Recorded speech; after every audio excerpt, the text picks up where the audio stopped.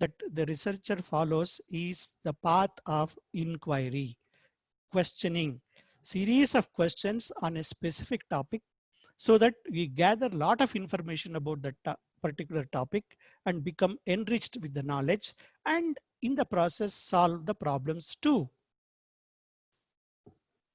So research inculcates this kind of what is called logical or scientific or inductive thinking and promotes the development of logical habits of thinking and organization.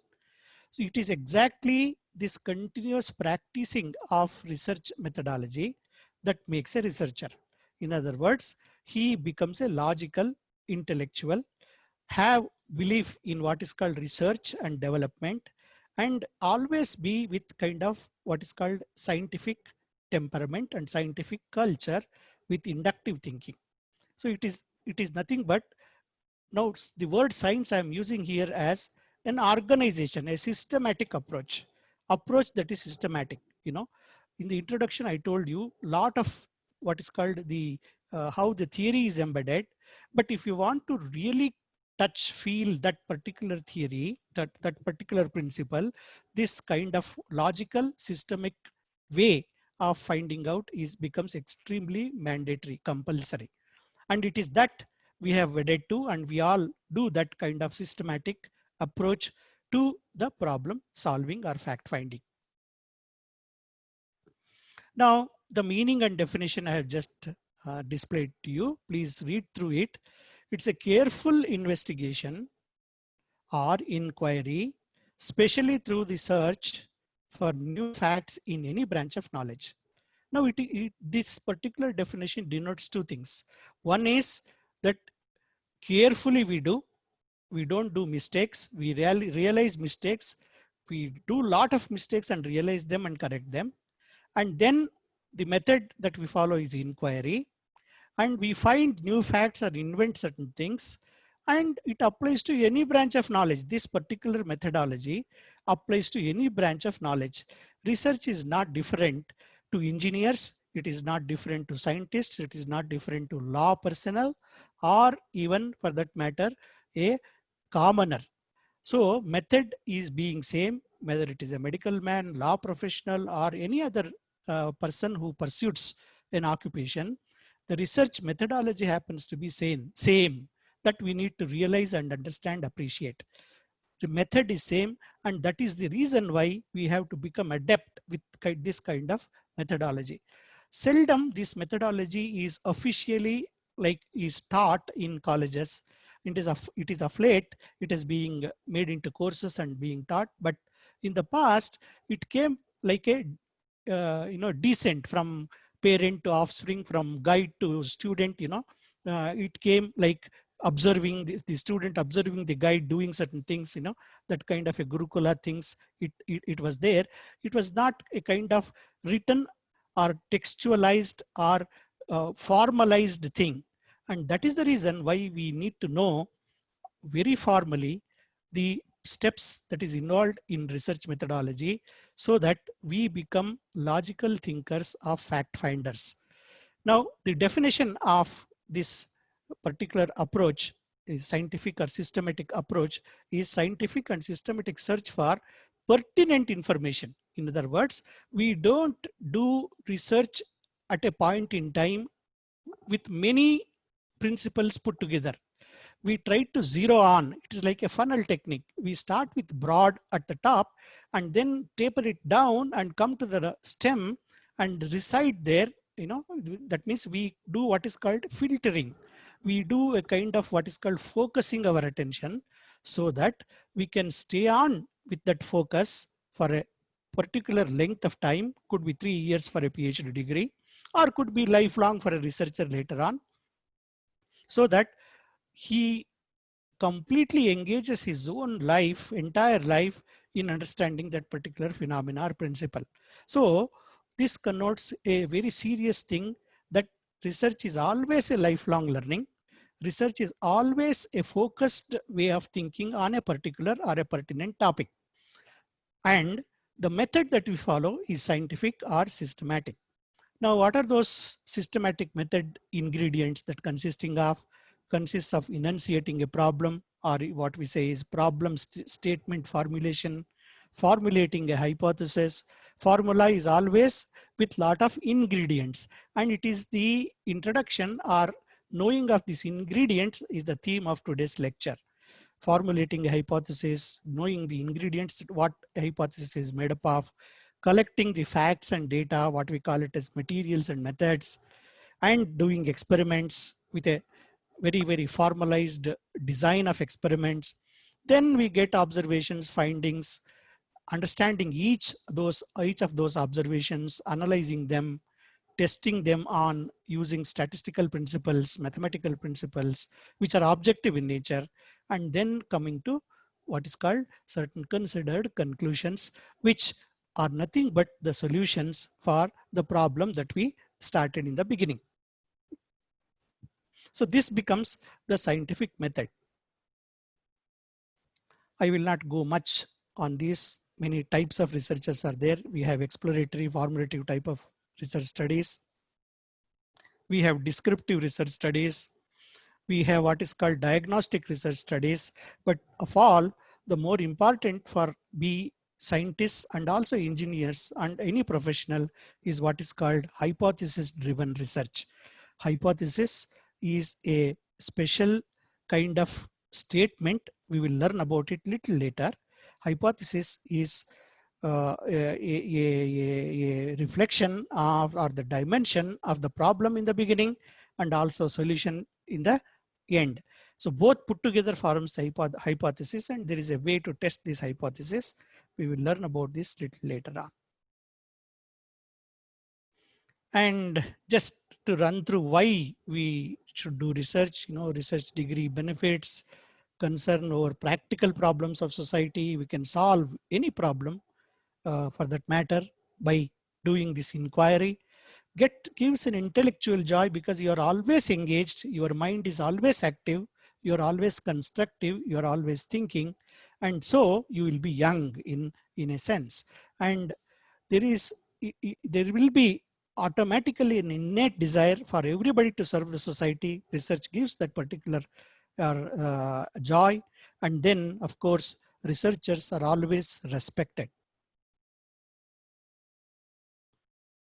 Some other allied points of research, why the scope of research is, gives a degree. Degree is nothing but a level or a license to do research, gives a position in society, it's a source of livelihood for many people have embraced it as a mainline earning line or an occupation. Philosophy, we have a lot of philosophy. We will understand how we end up with problem and philosophy little at the end, and new insights, new thoughts, and new inquiries springing up from there on. And of course, the styles are very different, very new style we will find out, which is creative and our own. And to the analytes and intellectuals, generalizations or theories are extremely important. All the mathematical theories, all the theories that are abound, what we read in textbooks are the offshoots and resultant of this activity called research. Just a small treatise on the method. Let us define the problem and what is the components of this problem. More than that, I would like you to please understand the technique in defining problem.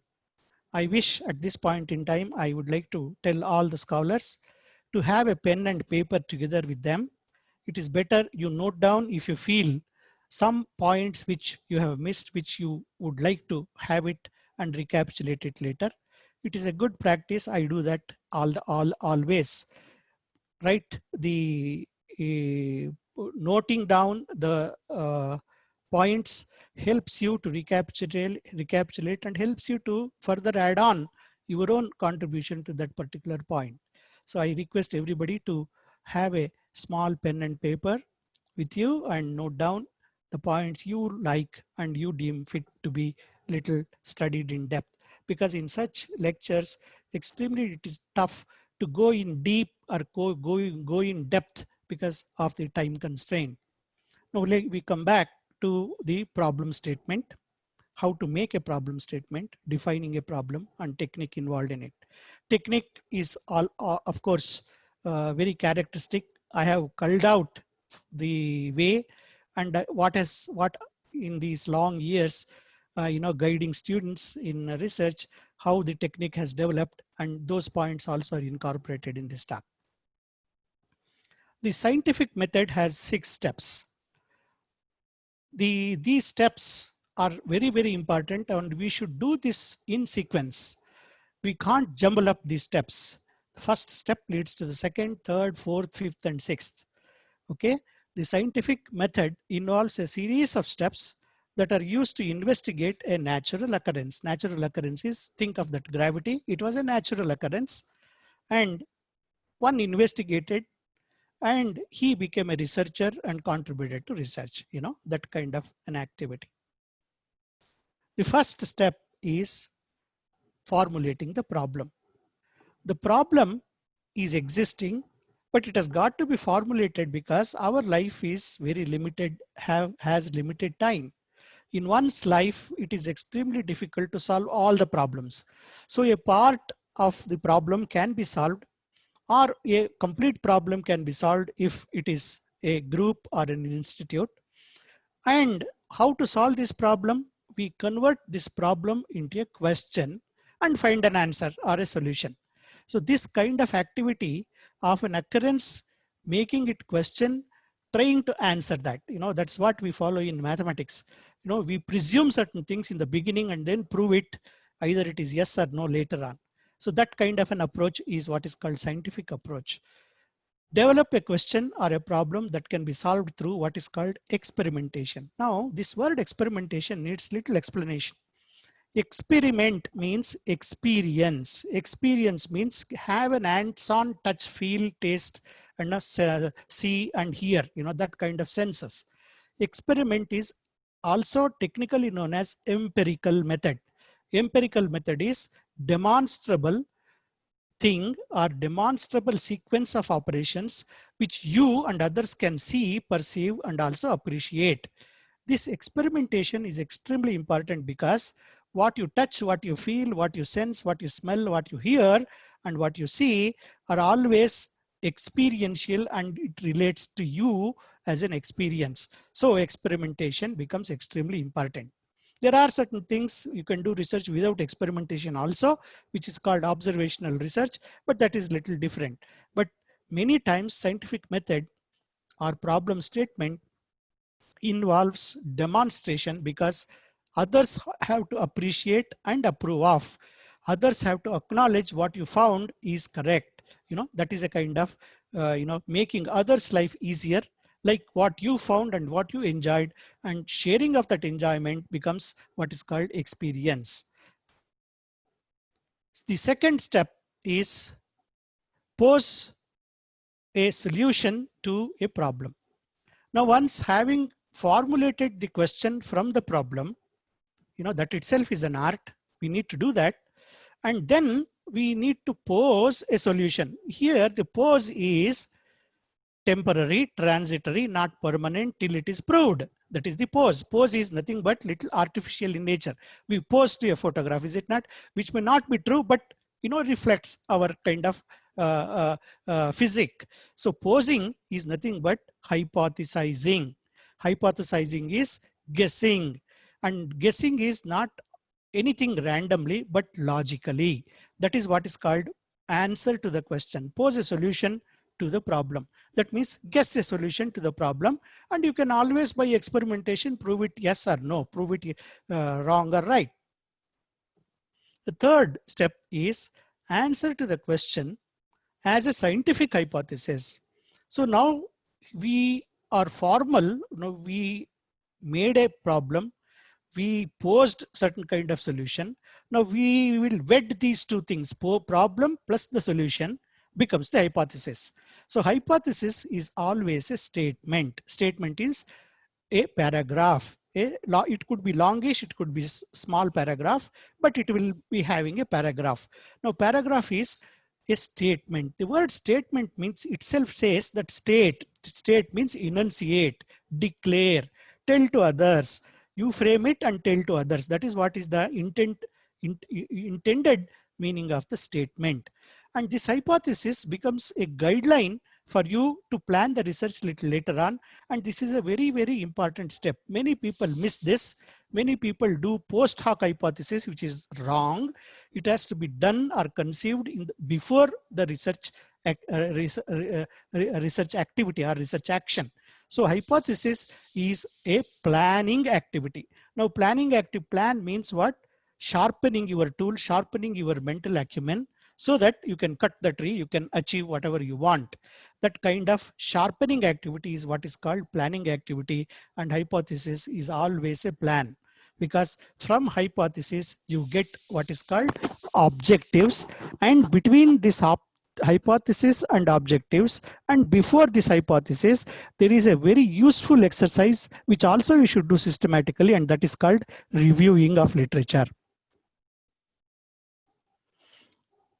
And then we test the hypothesis to confirm and make it valid.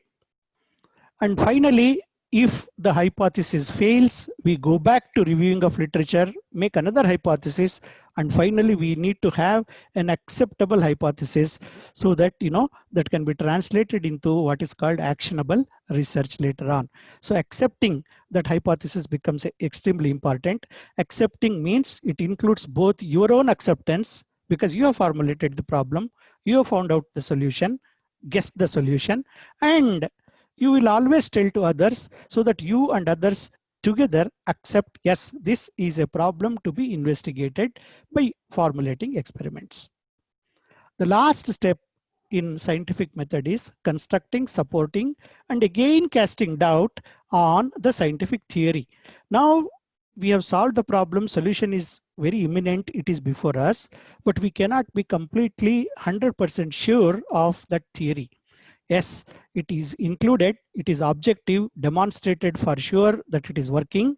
But again, many people can cast doubt on the theory, and you also can cast doubt on the theory for two reasons. One, that you will continue in depth some more problems that come across, some more problems that you end up with. We started with problem, we can end up with problem. In research it happens always, and you go on solving it all the life, So, and the problem phase or the degree of problem could be little different. You could have solved the most of the thing, but you could there are so many avenues, so many other offshoots which you can either give as several problems to your students and also you engage with them. That is how the research community develops. That is how a single person develops a research niche. And the fact which is consolidated that you find by research becomes a theory. You see, it is seldom that all the researchers become theoreticians. It is extremely difficult. It is only one in maybe a million or 10 millions researchers, a theoretician will be born. Einstein, for example, Newton, Darwin, they are all theoreticians who did lifelong experiments and then established theories which have been proved even today true. And that is the speciality of theory. Once you get this theory, you can extrapolate. For example, let us take the same example what we started, gravity. Now gravity, we know that the principle is that pulling of the apple from tree top to the bottom. But this principle is applied, when water from the top is pulled down by the Earth's gravity, and engineer made it to fall on the turbine and developed what is called electricity. That is also an invention. Electricity was not there before, but he used the principle of gravity and developed a new vista, new invention, new finding, and that is electricity. Now, in a way that this particular gravity is extrapolated into infinity number of applications. This is called extrapolation. It is possible theories can be extrapolated. What happened to your actual case can happen to some other cases as well. That is the meaning of extrapolation. But this is a beautiful symbol of what is called the whole research embedded. This is called hourglass meter. As you can see here, you see, we start with lot of doubts in the beginning, lot of questions in the beginning. We filter it into what is called a focused problem. We formulate a problem, reside with the problem, understand that problem, do experiments, guide, get observations, findings. Then we extrapolate the problem. We extrapolate again the theories. So in the bottom we have theories, and in the top we have problems, and in the middle is the activity called research. It's a beautiful way of representing theory, hourglass meter notion. Now let us jump into the steps or the technique of problem statement. A problem statement is a concise means correct, accurate, short, and workable, concise structure of the description about the issue that is to be addressed. It serves as the backbone of the study. Spinal cord is not seen, but we need to know that spinal cord is the one which bears your entire weight. So issues become important. Identifying the issues, identifying in such a way that we can work on that also is an art, and that is what is envisaged in problem statement. It has three components. After analysis, we have found that this problem statement is one that mandatorily should have these three paragraphs. First, the ideal situation. Second, the real situation. And the last one is the consequences. That is, once we get the real situation, how to attack that real situations, solve the problems, and help the society in applications. That is what is called actual research. Consequences is nothing but the research step. So a problem statement has three paragraphs: an ideal form of it, real form of it, and consequence form of it. Now, there is an art to write the problem statement. You see, ideal situations are ideal always. That means they are not real. That means ideal statements are dreamish, unachievable, because dreams are, majority of the dreams are, they are transitory. We have a desire, but what we get out of it is actual thing. So from idealism to actualism, there is always a gap. And in fact, in writing the problem statement, this gap has to be as maximum as possible. In other words, let me give an example. Suppose, let us say, ideal situation is that we should not have unemployment at all in this world, because unemployment is bad. Unemployment is difficult, and unemployment doesn't give money to sustain your life, that kind of problem. So unemployment is a real problem that is bothering the society. But the ideal situation is there should be no unemployment. Is it possible that way? No. We desire unemployment, but there is always unemployment. That kind of situation you need to argue in the opening paragraph. Tell what is desired, have a big dream. We should never have any kind of what is called restrictions. We should always have freedom. We should always have employment. These are all going to become little later on problems. So ideal situation is something which is dreamish, but we should have it. We should depict it and capture it as a paragraph. And of course, by reviewing of literature, see, all these things can be done only by reviewing of literature. I will tell you the significance of literature little later on, and how to do that reviewing of literature, technique of reviewing of literature, which follows little later. But it is now enough for us to understand that there is an ideal situation, there is a dream, there is a thing which everybody likes, everybody desires, but the reality is little different, and there is always a gap, and I would like to engage to reduce this particular gap. But in the problem statement writing, before you set your mind and hand to research, the gap should be as maximal as possible. At least you should give an idea that there is a gap. At least you should convince the people that there is a necessity to, bridge this gap, reduce this particular gap. So realistic situation gives little kind of what is called leverage for you to put up certain facts and figures and tell actually what Now, if the problem is unemployment, actually what is the percentage of unemployment? It's especially in engineers, especially in Bangalore, especially in your area, that is how you zero on, you taper off. Focus is unemployment, but what is unemployment in your lane of where your residence is situated can also be little magnified, extrapolated later. So making this problem as focused as possible, as thin as possible, is a big art.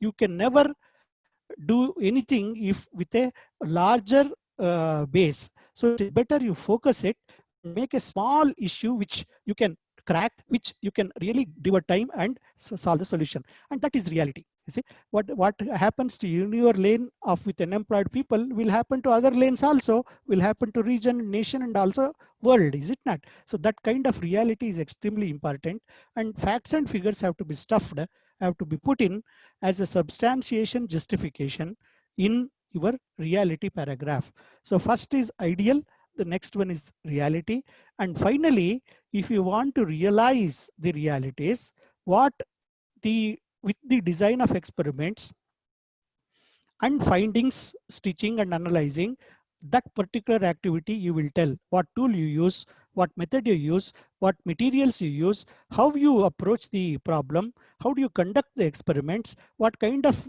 possible results that are possible. All those things come up in what is called actual research steps. Research are the consequences. Consequences is nothing but the reader should know that there is a real problem, and this reality of the real problem is depicted in the paragraph 2. And finally, how that reality comes to light or fructifies that reality or into a translatable translational activity, that is the coverage in the consequences. So a problem statement will have these three parts, very mandatorily, very compulsorily. Many people fail to understand problem statement is given by either guide or something. Yes, there are certain cases where guide can give problem, or student can embrace the problem given by the guide. That is not wrong, but envisaging a researcher yourself, conceiving yourself a problem and writing this becomes an exercise, and you will enjoy that it is your problem statement. And after formulating the problem statement, you should never keep it quiet. You should always state it. That's what is explained here. Goals desired state is step 1. First paragraph. Describe the condition that prevents the goal, which impediments, what is the actual difficulties that is involved to achieve the idealism, that is in the second reality paragraph, and connect these two paragraphs with but, however, unfortunately, in spite of so many economy booming up, unemployment always stays, that kind of situation you should always, that kind of reality you should always tell, but always substantiated, justified by reviewing of literature, facts and figures. And the last one is research. What you do, what you promise to do, what benefits that you get by doing this particular or by entering into research activity, all those things will be in the third paragraph. Now let us spend 2 or 3 minutes on technique in defining the problem. Now the first point in defining the problem is state the problem in general way. In other words, soak yourself in a cool manner, think and rethink whether that could be a problem. State the problem, seek the guidance. Please understand, my dear friends, research is always a team activity. Although research member is an individual, he is always amenable, it is always desirable that researcher develops links, networks, not only with his supervisor or guide, but also researchers, and it is always a team activity. It is a friendly activity. So you always frame something and you discuss that particular thing with friend, and friend gives you some kind of opinions, observations free of cost, is it not? So there is a value add without any cost by doing this, what is called group activity. Soak the matter, seek guidance, have a general nature. It could be ambiguous in the beginning. We can always resolve it little later. Understand the nature of the problem, how this problem originated, whether it is from you or from others. Discuss the problem with persons who have deep knowledge and experienced. Survey. You see, this is another small tip I would like to tell you is a researcher has to do two things. One is that he will always be focused with their particular topic that he has formulated. The next one is reading. Reading has to become a strong habit, and reading literature concerned with that particular topic, it becomes extremely important. Many people do not give importance to reading, but I give very high importance to the literature, especially because things are changing, society is changing, technology is changing, the fast times, rapid times has to be conquered only with reading the or updating your knowledge. And that is possible by reading what is called journal articles of recent origin. So last 5 years, you should be always be concerned about your topic and the articles that are published about the topic in the last 5 years. So reading becomes extremely important. That you get lot of useful things because you have soaked in the problem. You can understand that literature faster than anybody else and make it a habit to go on collecting those facts, figures, complement to your findings so that it becomes richer and easier. So problem statement has to be studied, justified with lot of facts and figures, and that is done by reviewing of literature. Then develop ideas through discussions, either concurring, disputing, or adding on, supplementing, complementing kind of issue, activity. Rephrase the research problem. Now, after having these things, what you stated in the beginning can always be little fine-tuned. It has to have these components. It has to be workable. It has to have working proposition. There must be a work that is involved, because generally testing hypothesis always gives you grants. You can submit as a proposal and then get grants or get financial help to conduct actual research. It should be analytical, operational, specific terms should be used in rephrasing the problem statement, and helps also to formulate hypothesis, which is our next topic. Let us just talk of one example. There could be many of writing a problem statement. In order to provide excellent patient care at a minimal cost, please read through this. This exercise becomes extremely important for you, and you need to identify all the three components: dream, real, and consequence. Dream, reality, and the research component or the consequence component. You need to identify. In order to provide excellent patient care at a minimal cost, Victoria Hospital needs diagnostic procedures that are safe, efficient, and accurate. In addition, the procedure should not be overly painful for the patient. This is the pace. This is what we desire. This is what we dream about. This is what all the hospitals in the world, have the mandate that there must be a diagnostic procedure which is accurate, which is safe, which is efficient, and it should not, the patient should not, when he undergoes this diagnostic procedure, he should not be subjected to pain, because it is after all finding out the problem, not actually solving the problem. So the patient's comfort also has to be kept in mind in kind of what is called furnishing a particular hospital. And this is a dreamy statement, and that is what is called first paragraph, what is called ideal. So what are the ideals we find in this particular statement? It is safety, efficiency, accuracy, and painless operation. These are all what is called dreamish. We may not achieve everything all, but what we can achieve is the thing which comes as the second paragraph, which is the reality. Now statement 2, which reflects the reality. Now here, as I told you, you need to stuff this particular statement with facts and figures that enriches, substantiates that you have done some kind of preliminary serious research or reviewing of literature. Right now, Victoria Hospital main diagnostic tools are CAT, computer automated uh, tomography, scans, and myelograms, that is spinal taps. There are two types, CAT scan and myelogram. The two types of these diagnostic tools have their own problems that you are going to state now. The CAT scan fails to make clear diagnosis 60% of the time. That means there is a failure rate of 40% of this diagnostic tool.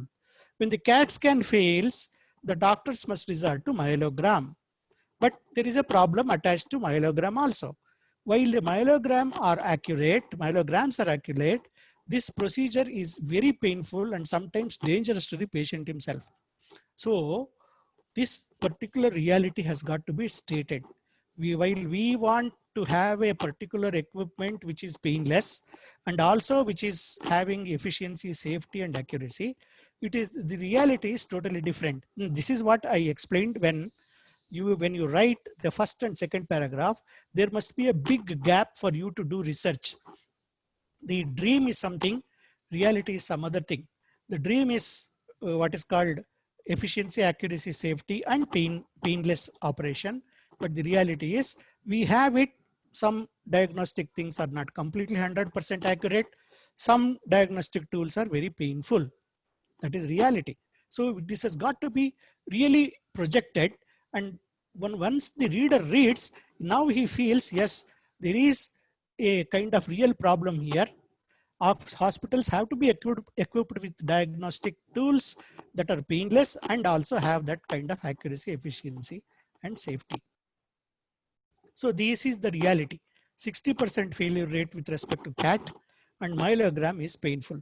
So this actually should be the real situation. It need not be as small paragraph as I put it. This is for just an example. You can stuff with lot of other realistic situations depending on how you do, how accurately, how closely you do reviewing of literature. And the last one is what is called consequence, this statement 3. If Victoria Hospital continues to do the two procedures, they will not only wasting time and money because 40% failure rate and painful thing, which jeopardizes their overall efficiency and earning potential. So people would not go there because of diagnostic tools are not accurate, and also undue suffering is always there with these myelograms. So they choose another hospital and go to paper where the advanced facilities are there. Now, as a researcher, what you can do in this scenario? Now, this is what is called consequence. Consequence is a offshoot of that reality. Waste of time, money wasting, loss of efficiency, loss of money loss, as well as loss of time, and also suffering is always continuing. So this is the consequence.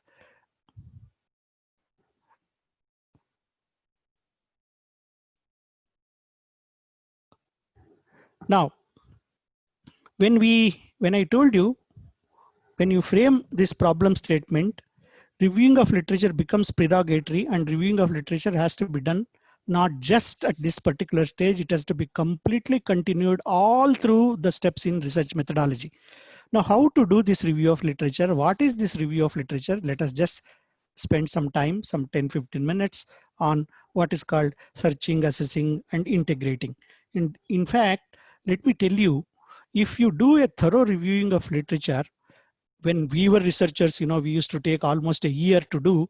Now there are very fast search engines, which you can finish maybe in a month or 2 months. Complete reviewing of literature is possible because all the things are flooded. You have internet, beautiful access to internet, and going through this scientific search engines and scientific, repositories, you can always do it little faster. But then I'm not interested in how fast you can do, but I'm interested how well you can do.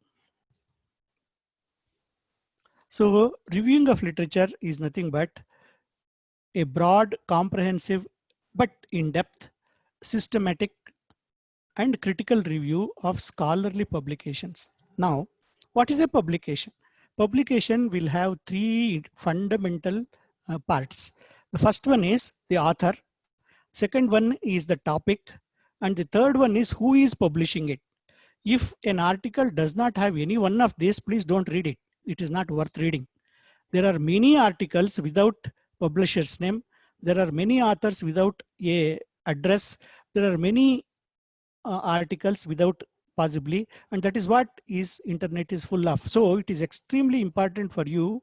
You have got to be prudent to understand what is publication and what is scholarly publication, who has done it, which association has done it, which institute has done it becomes critical. That denotes whether it is scholarly or not. So a review of literature is always surveys, summarizes and links together research, also known as literature, is given in a given field or in a embraced problem. The reviewing of literature, important step in review process. My dear friends, please understand, if you do a thorough reviewing of literature, you have already built, I should say, 3 chapters of your thesis without doing or without entering into the translational activity or experimental stage. Now, what are those topics? The first one is reviewing of literature itself is an integrated chapter, mandatory chapter that comes in the front portion of your thesis. So you will have to do reviewing of literature. The second one is when you write the discussion, you should always have the summaries of the publications that you have read, which are pertinent to your problem, that has got to be cited. That is called in-text citations. And finally, there has got to be an end text citation also, which is called bibliography or reference chapter. So 3 paragraphs, without knowing yourself, you would have completed if you have done a thorough reviewing of literature. Thorough reviewing of literature is extremely important. I'm stressing this again and again because students tend to cut and paste things that will not work, that will never work in research. So it is a very, very important step in the research process or research methodology. It is reviewing of literature, but the critical evaluation is always yours. You will have to do the critical evaluation. That means there must be critiquing criteria that you should know very well. One of the critiquing criteria I told you is you should have those 3 points: a publisher, a title, and also the author's name and author's affiliation. Extremely important. So that is one critiquing criteria, but there will be several critiquing criteria after when you do the reviewing of literature. It provides an overview of your problem. Gives you will have to select the documents, extremely important. In fact, that is an art itself, tapering the problem, making it workable, as I told you, pulling out a strand and seeing it, all those things are extremely important. Identifying development of research question after that, and then answer out of it. Question answer becoming hypothesis, that will be the next topic. It is a handy guide to you, background for investigation. You will keep updated because you would have read number of articles about that particular problem or issue concern. And finally, you would have done a critical look, with the critiquing criteria, and also gives relevance to the research. Right? The purpose of review of literature is summarized here. It is, you will have to make the designing of the study. So you should know about instruments, procedures, which many previous articles would have given to you, and you can get an idea so that you will set up same experiment or little modification of that therein. Replication if needed, do replication, extremely important.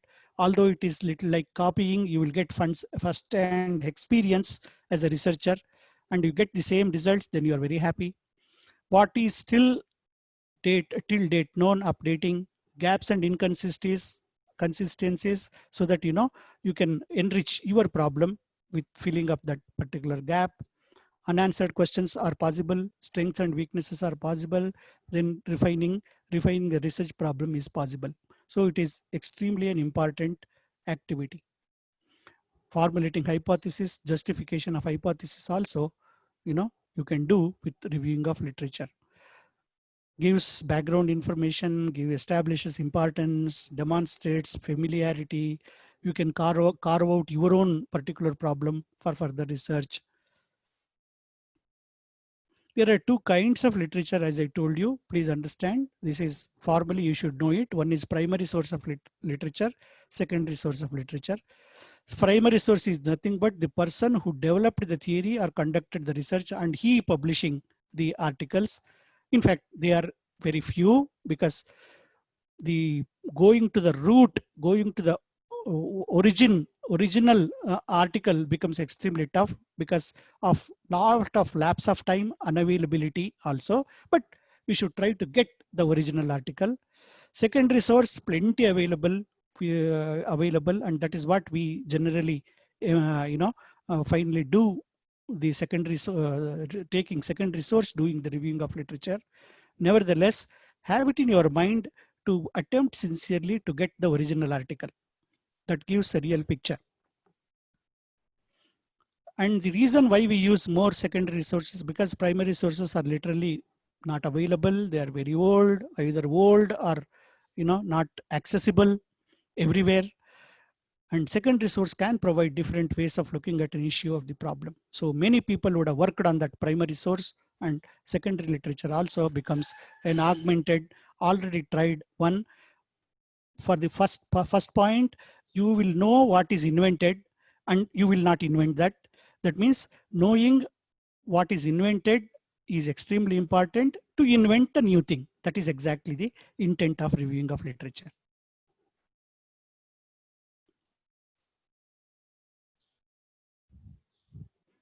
I told you, when you read an article, you need to know this. Now coming to the technique.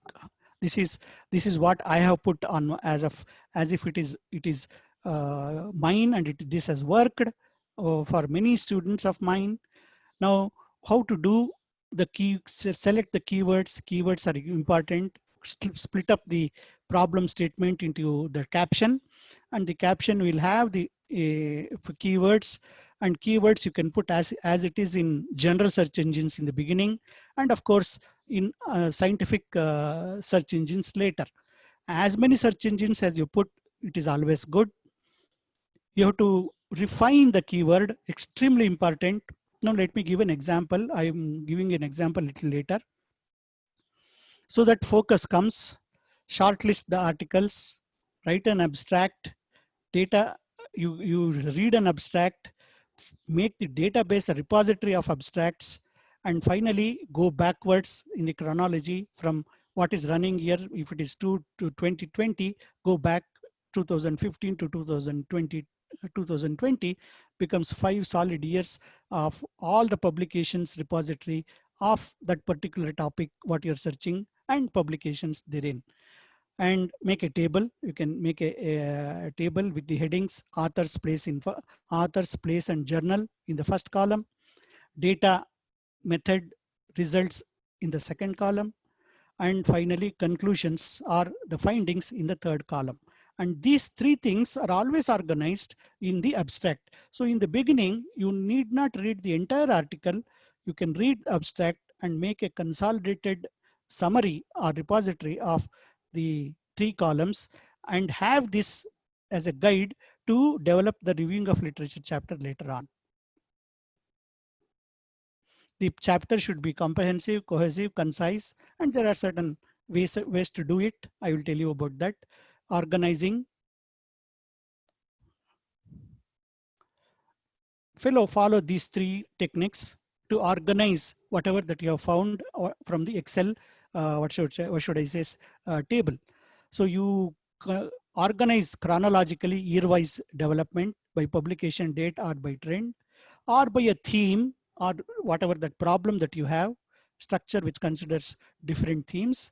And methodological, if the methods are different, if the methods are same in one and if the methods are different, then later. So any one method you can follow, or some combination of these things you can follow to build up the reviewing of literature. Now, what should you write finally? You will have to write the facts, know your own contribution in review of literature. You will have to write is generally language is yours, but the facts are always of different ones of other authors, which you will cite little later. And it must be a popular opinion. You will have to have what is called variables. You will have to have the relationship of these variables, strong, weak, not related at all, that kind of situation. And then some shortcomings, some limitations, relevance, and further research. All these things have to be represented. In fact, these are all the actual subheading paragraphs of reviewing of literature. Facts in the area, popular opinion of the particular problem, variables that are tested by different authors, the relationship of the variables that they found out, the shortcomings, that is nothing but SWOT, strength, weaknesses, opportunities, and threats. But here it is shortcomings and limitations, and relevance to the problem of the others' work and its relevance to your problem, and further research in area. This becomes an organization of building up your reviewing of literature. So problem formulation, as I told you, reality, idealism, reality, and consequence, that is problem formulation. Literature search, you are doing it. Now we move on to what is called next variables and hypothesis, and then data evaluation, and then finally results and discussion. Before writing the review of literature, there must be an introduction which gives a quick idea of the central theme or the concern or the problem that you are pursuing. The body contains all other things, as I told you, and finally the conclusion. Clearly, these three parts you need to delineate in the chapter of review of literature. If you do this, please understand the thesis goes to a considered very experienced evaluator. He will always, take this as the base and finds out how well you have written introduction, how well you have written the body, that is the concern, and also how you drawn conclusion, which becomes the prelude or introduction to your actual research work. You see, this organization becomes extremely important. Learn to do this, and practicing makes you perfect. Now, as I told you, these are the very important critiquing criteria that you should keep when you do the reviewing of literature.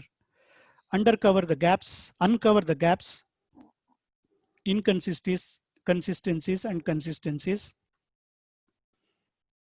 by collecting relevant literature. You have to have relevant concepts and variables that is included in reviewing of literature chapter. Reveal all the components of the study, design of experiments, experimental parts, experimental strengths and weaknesses, and experimental possibilities. What I call it as feasibility. Feasibility is nothing but a possibility with your level of understanding and knowledge, and also with lesser cost economy.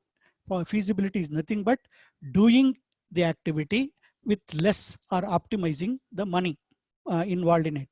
Then strengths, weaknesses, conflicts that you have found in the literature or in the publications, that becomes a great finding. In fact, this is the central theme of writing a review article. Review article is nothing but an offshoot or a resultant benefit that you can have as you yourself an author. After reviewing of literature, a review paper can be always written. So with the intention of writing the paper, if you do, then everything becomes systematic and serious.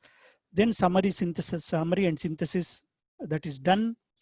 That is how the summary and synthesis is done, each by each, the article or each author that you have read in the article, whether the author has followed a logical sequence, is it chronological? Is it thematic? Is it methodological? Is it by trend? You know, that kind of look you should have. That is a critiquing criteria of reading an article. And finally, signify what to be researched, whether was clear with the objective and he has achieved the objective by the design of experiments, and whether he has justified and tested the hypothesis and revealed how far the hypothesis is true or how far it was not true. This kind of critiquing criteria becomes extremely important, and you should have these 8 critiquing criteria whenever you read an article. Many people have this when they read your articles. So this is the summary slide of reviewing of literature. It starts with a broad issues general way put up. Finally, it tapers down with discussions and consultations with the people. Finally, you end up with a single pointed problem from where you start a research. And after doing the research, again, it is hourglass meter. Again, the inverted, again, the triangle comes with the apex top in the bottom. So we are at this first triangle now. We have just zeroed on to the problem. We know what is the ideal situation. We know what is the real situation. We know what are our diagnostic, what are our experimental methods that we have followed. Everything we have come, and now we are set. Complete plan is ready. Now we have to put that into action.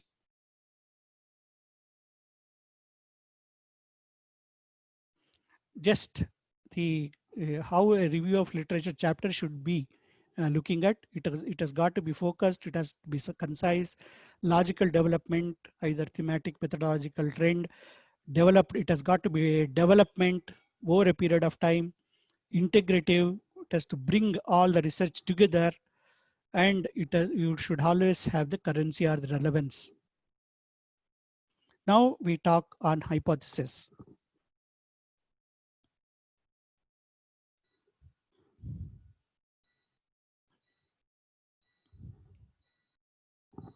Now, a small description on variables, not that you do not know, I know people know it, but becomes a prelude to develop the hypothesis little later. A variable is nothing but an entity that changes, keeps on changing, concept that take up different quantitative values.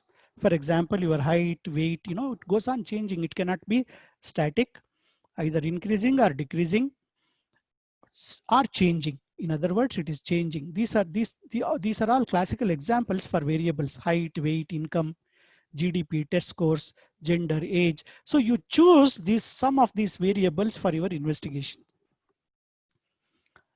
A continuous variable is one which which has either increment or ascending or descending type. Non-continuous is something which is not connected. Number of children, age, year, they're expressed as integers, and that is a variable. A variable is nothing but a changing entity, can be attached to some quantity, but it can be different at different points in time, and the quality of a variable is that it will change. Second one is dependent variable. Dependent variable is what is called outcome variable, a variable that is presumed to be affected by one or more independent variables. Now, what is independent variable? I take an example and tell you. There are many other types of variables. Paucity of time, I skipped it, but let us talk of independent and dependent variable. Independent variable is nothing but water. Dependent variable is nothing but growth. That means if you put water, the plant grows. The water is independent, growth is dependent. That is how these two variables are extremely important.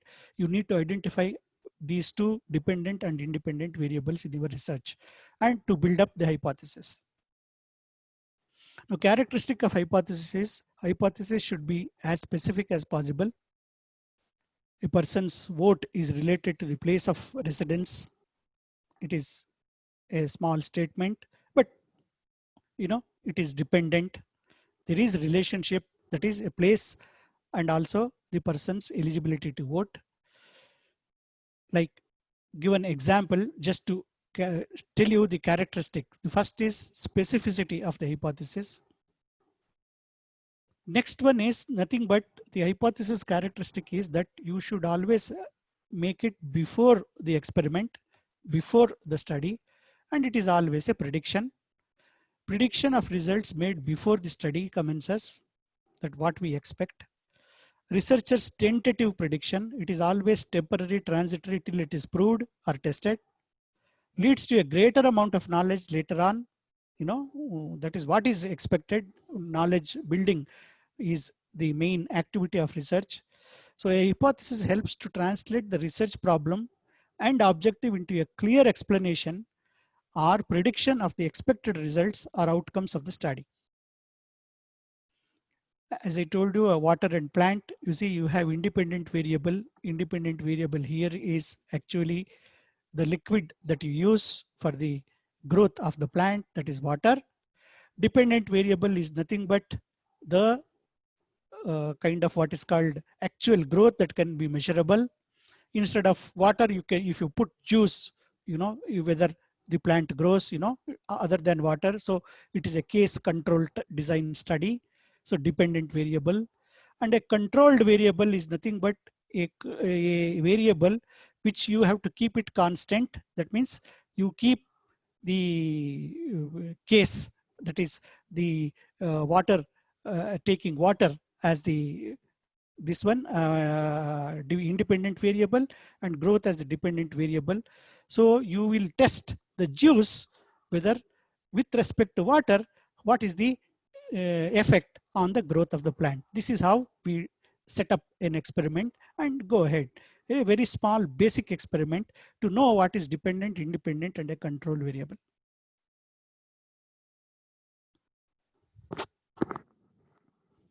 Hypothesis is important. Many people don't put up this. If you incorporate in your thesis, people will appreciate. Please do incorporate hypothesis. Direct our observations, because it gives a pathway or a direction to our observations. What we want to see, it is already conceived in the beginning.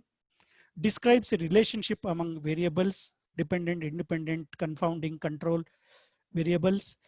Refer to populations. Hypothesis always refers to populations that result in hypothesis help researchers to infer or to come to conclusions. So hypothesis writing becomes extremely critical, important. Now, what are the functions? Population characteristics, that is to understand the physico-chemical, extraneous, intrinsic properties of the issue or the problem. Correlation of variables, how one variable is related to other variable, cause and effect kind of things. Display differences among two variables and populations, controlled case to control. Show possible cause and effect. A strong hypothesis gives insight into research problem, research question. They are always testable. That is the nature of hypothesis. They spring logically from the experience of the person who is doing the experiment. So aim is different, hypothesis is different. Aim is nothing but what you are trying to achieve.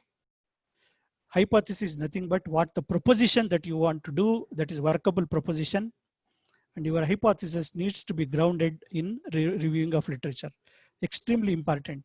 Never mix up these issues like aim, hypothesis, and kind of what is called grounded in reviewing of literature. The next one is what is called objectives.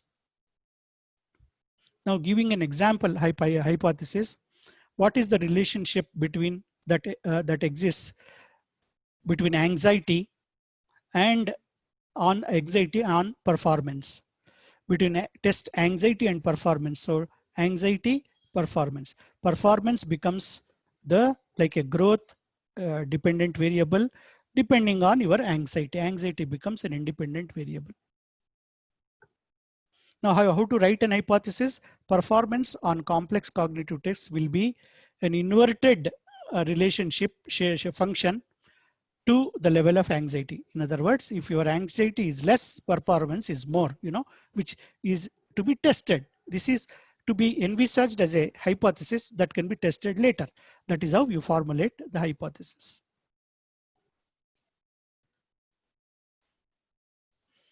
Characteristics of hypothesis: testable, has a direction, variables of importance, grounded strongly in theory, and it is brief.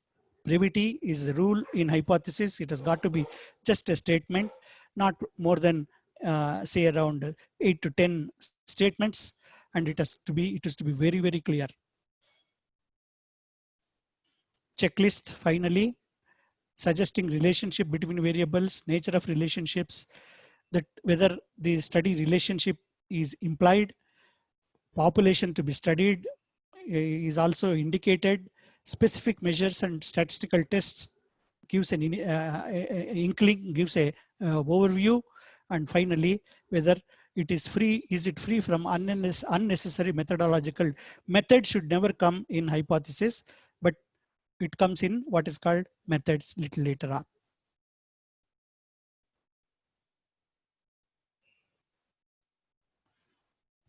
Now, just to give an example of building a hypothesis, treating wastewater in wastewater treatment plants will reduce pollution. A very generic statement, is it not? It is a very generic statement, not too broad. Of course, gives an idea of research, but not in clear terms. Not testable at this stage because you are not given any testing method, you are not incorporated there, and there is no further definition. But it can be fine-tuned. Now, the better version is treating wastewater, entering a municipal wastewater treatment plant, using sedimentation or biological degradation will decrease pollution. There is a method here, sedimentation method, biological degradation method, and of course, decreasing pollution is a consequence. So this is a shade better than the previous one, which was very, very generic. Wastewater is identified, treatment methods are identified, perhaps testable because there is method always can be tested. Much better version is this: treating wastewater, entering a municipal wastewater treatment plant through sedimentation and biological degradation will decrease the amount of lead. You see, now there is a specific thing attached, lead, sorbed to particles through sedimentation. Procedure is there, method is there, the analyte is there, the toxicant is mentioned, and of course, amount of non-persistent polynuclear aromatic hydrocarbons through biodegradation. Method is very well delineated to a level which is below WHO guidance. So that is a promise also has been added on, and this becomes a very interesting, workable, having all included parameters in a hypothesis. Specifies, states why an identified outcome is expected, testable under defined conditions. That is enough. I will skip the other. This is interesting. In several hypotheses, in the beginning proved to be okay, but in the long run proved to be false. A classical example is Charles Darwin's hypothesis. He told that the fossil species of a particular region of the world resemble the living species in that same region. See, origin of species was his theory. He observed wild animals and plants from around the world, corresponded with domestic plant and animal breeders from all over the Europe.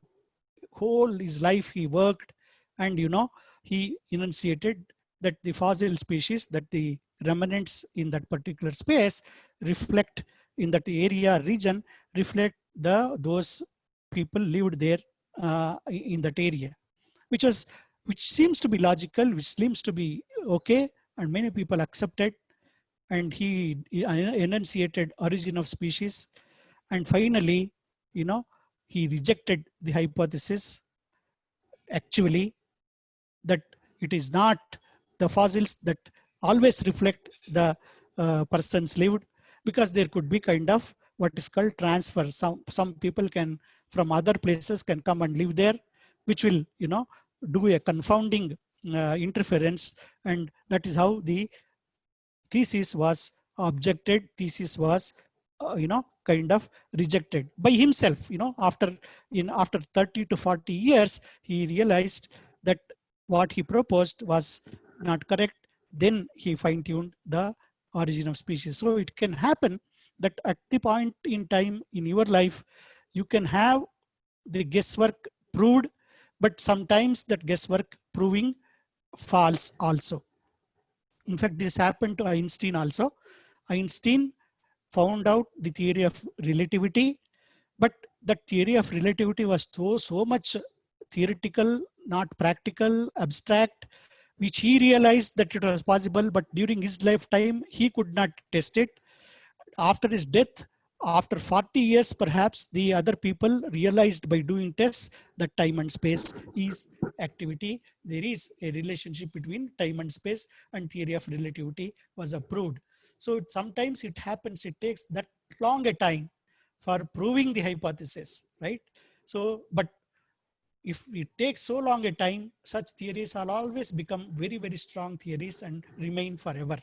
So it is not out of place that theories, the hypothesis need not be always true. It could be transitory, it could be temporary, it could be old gooding.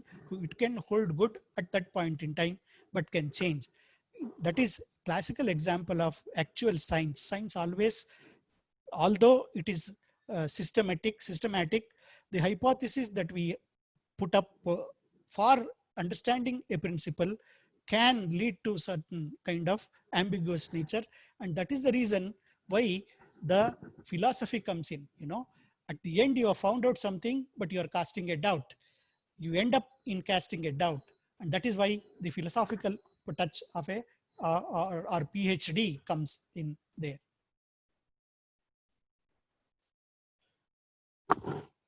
I think I will stop at this today.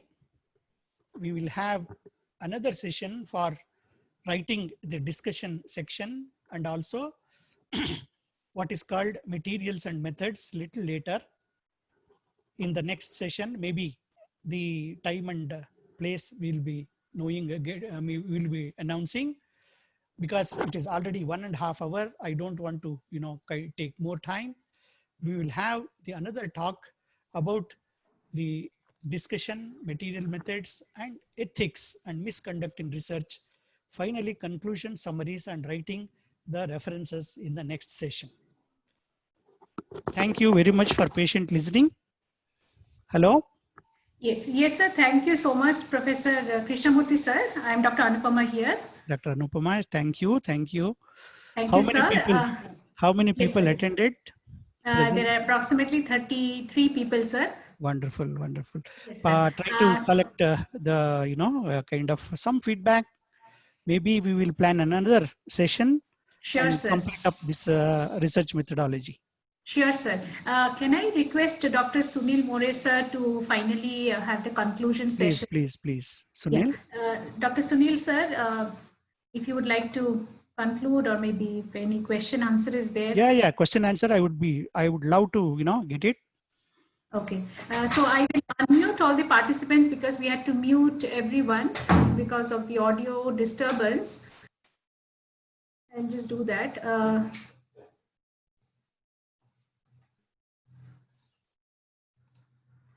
So if anybody has any question, if you're not able to connect, you can please use the chat box. I will read out the questions for sir, or maybe Dr. Sunil More, sir, would like to facilitate. Sir, Sunil, sir, whatever you suggest, sir, I will go with that. Sir, can you hear me? You can unmute, sir. Dr. Sunil, sir. Yeah. Now I was able to do that. Yes, sir. Thank you very much, Professor Krishnamurthy, sir, for enlightening our research scholars about ethics, writing right way of review of literature, introduction, and all that. Actually, for a few of our students, it is much needed, and those who have joined now, for them also it is an eye opener, and they should know, they should follow how research article. This also can help in writing research articles as well, not only thesis, and how to do literature light on all those aspects. I thank you very much, and we will be waiting for another session to have the discussion. Yes. Because it The takes writing little thesis longer as well time. as I in thought, papers, 1.5 because hours it's a is. strong. Yeah, yeah. So discussion plays much important role, and how you conclude and how the future prospects of the work, all that you have to throw it open. That's important area of thesis writing as well as a research article. And we will wait for the next session, sir. Thank you very much. And scholars, if you have any questions, you can we can the topic is Have an open for interaction. discussion now. Yes. You can throw open. Yeah, you can. So participants can unmute themselves. The facility has been given. Anyone wants to unmute and ask the, please go ahead. You can unmute your microphones and ask a question.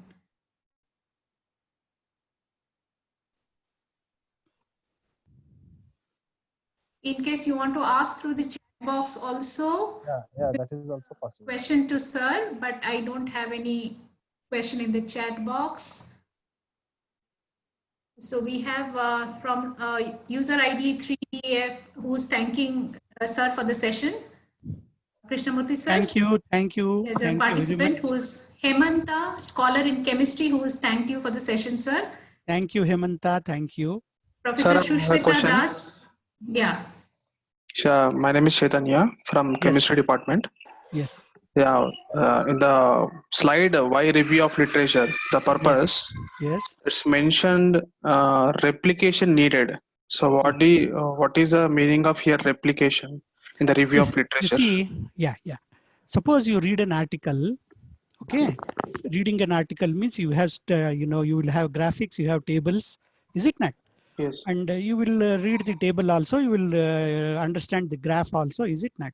Yes. And graph and tables are the outcomes of observations, is it not? Yes, sir. After statistics, it is put. But in case you want the experiment that you are intending to do is done by somebody else, or you have not done the experiment, let us imagine. If you want a first-hand experiment experience, you can follow the method that is depicted in the article and replicate it. See whether you get the data or the results what is put in the table. In other words, it is nothing but copy work. Getting same result as the person who has written as the author. That gives you a lot of confidence, because you intend to do the same experiment, but you have no experimenting experience. The person has done the experiment. So as a preliminary exercise, if you replicate in the sense, follow the method strictly that is described in the article that you're reading, and you get the data and results same, then your confidence level boosts up. So it is, as a trainee researcher, first person who have not done any experiment but intend to do experiment, this replication becomes extremely useful. In fact, we ask our fifth, sixth, seventh semester students to read an article and replicate certain portion which they like. It could be replication of it could be replication of a small sub experiment, and that kind of replication exercise is educative for you to understand. And do not why we do this replication. This is just to commit mistakes. If you commit mistakes, learning becomes thicker. You know that it is a mistake. This is because mistakes are not enlisted in the article. In the article, there is no experience of mistakes is given, is it not? Yes. So to experience that, this replication becomes helpful. Not always the replication is a must, but if you do it, it will be always good. Okay. Thank you, sir. Thank you. Thank you.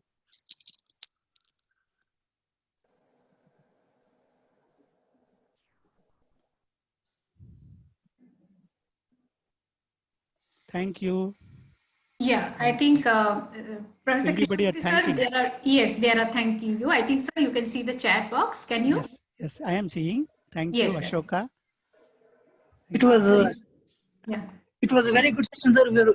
We are eagerly waiting for next session. In fact, Definitely, it will be maybe 2 more sessions I will have, because yes, time was short. I had to run, and you feel exhausted in listening. I feel exhausted in talking. So that it is is the really reason I good actually. stopped it. We will talk about more important things. Hitherto we talked about preliminary things. We will talk more about more important things like materials and methods, how to develop the chapter. Results and discussion extremely important. Important. Yeah, and then we will also talk about how to what is the method to follow in text and in text citations, what is the Yes, sir. meaning of citations, how to draw conclusion summary, and how to write an acknowledgement division, I mean acknowledgement subchapter, all those things we will talk. And of course there will be another session purely on ethics and misconduct in research. That becomes little philosophical in nature, abstract nature. That I will talk in the subsequent session. Next, I will complete up to conclusions, then ethics and professional ethics and misconduct that we generally a researcher is amenable and vulnerable.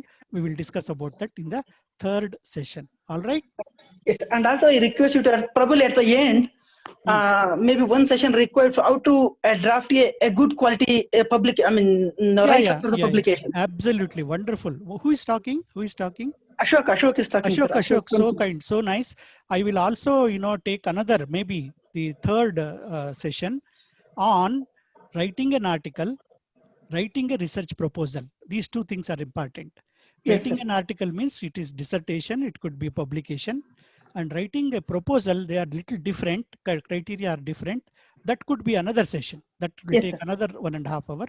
So we can have a continuous discussion, provided you are so enthusiastic and so interesting. No, that is important. we are eagerly waiting, sir. Actually, We will do. We will continuously do it for the next 3 weeks. Now the things are lined up. 3 Right. Saturdays. Thank you, sir. Thank you. Thank you. Yes. Yes, okay. Hello. Yes. Yes, sir. Yes, sir. Is there any other question? If there is not, I think we will wrap up the session with the permission of Krishnamurthy sir and Dr. Thank you. Yeah, I Thank think you. Thank we you. can. Thank you, All Sunil. right. We thank all the scholars and the supervisors, faculty members who have joined the session. Thank you all for coming to the session and attending. And of course, I was also listening to Professor Krishnamurthy, sir. Very informative session. I hope, sir, maybe if you are willing and permitted, maybe our other scholars also can benefit from this. Please, madam. Even teachers So can this join. is- Yeah, that would be nice. All right. That would be Thank nice. you, Dr. Sunil More, sir, for your session. And we would like to conclude. Thank you once again. Good afternoon to everybody. Good day. Yeah, Madam, thank you for you as well. Yes, sir, Professor Ashok. Yeah. Actually, Professor Ashok is a very accomplished professor and supervisor. Krishnamurthy, sir, he's publications. Wonderful, madam. Which is your branch, Dr. Ashok? Sir, I'm in chemistry department, sir. You are in chemistry. Wonderful. Yes. Wonderful. Yeah. So when we compile his publications, there is no end. Like Dr. Sunil More, sir's publications. Yes. We are never able to end the compilation of all the publications. So very accomplished. Very happy. Very Faculty happy. members we have. Thank you so much, everyone. Good afternoon. Good day. Thank you. Yeah. Thanks. Thank you. Dr. Anupama. Thank you, sir. Krishnamurthy, sir. Thank you, Sunil, sir.